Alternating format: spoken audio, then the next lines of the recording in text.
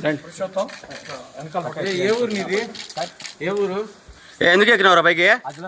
అదే ఎందుకు ఎక్కినావు పైకి? చంపేస్తారంటే ఎవరు చంపేస్తున్నారు? ఒక మేడం చెప్పింది. అది ఎవరు? ఎవరు మేడము? ఏ మేడం తెలియదు.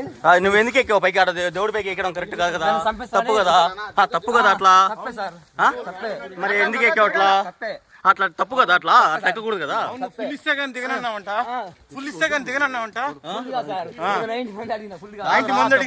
దేవుడి పైకి ఎక్కడం కరెక్ట్ కాదు కదా, తప్పా కదా.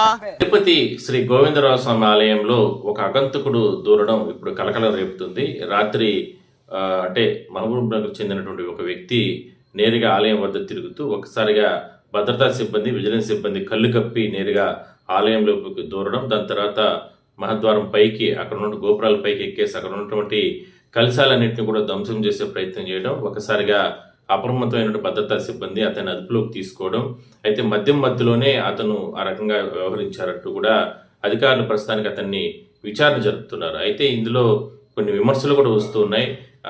అంటే అతను ఆలయం లోపలికి వెళ్లే సందర్భంలో మరి ఎందుకు గుర్తించలేకపోయారంటూ కూడా పలు రకాల విజిలెన్స్ సిబ్బంది పైన, అక్కడ పనిచేస్తున్నటువంటి సిబ్బంది పైన, టీటీడీ సిబ్బంది పైన విమర్శలు వస్తున్న నేపథ్యంలో దీనికి సంబంధించి లోతుగా దర్యాప్తు జరుపుతున్నారు. ఎందుకంటే ఇప్పటికే మనం చూస్తున్నాం, రాష్ట్ర వ్యాప్తంగానే కాకుండా దేశవ్యాప్తంగా కూడా చాలా ప్రాంతాల్లో ఆలయాల వద్ద భద్రతను మరింత కట్టుదిట్టంగా ఉండాలంటూ కూడా కేంద్ర రాష్ట్ర ప్రభుత్వాల ఇంటెలిజెన్స్ విభాగం అధికారులు ఎన్నిసార్లు హెచ్చరికలు జారీ చేస్తున్నప్పటికీ కూడా తిరుమల తర్వాత మనకు తిరుపతి గోవిందరావు స్వామి ఆలయం అంటానగానే ఎంతో ప్రసిద్ధి చెందినటువంటి ఆలయం.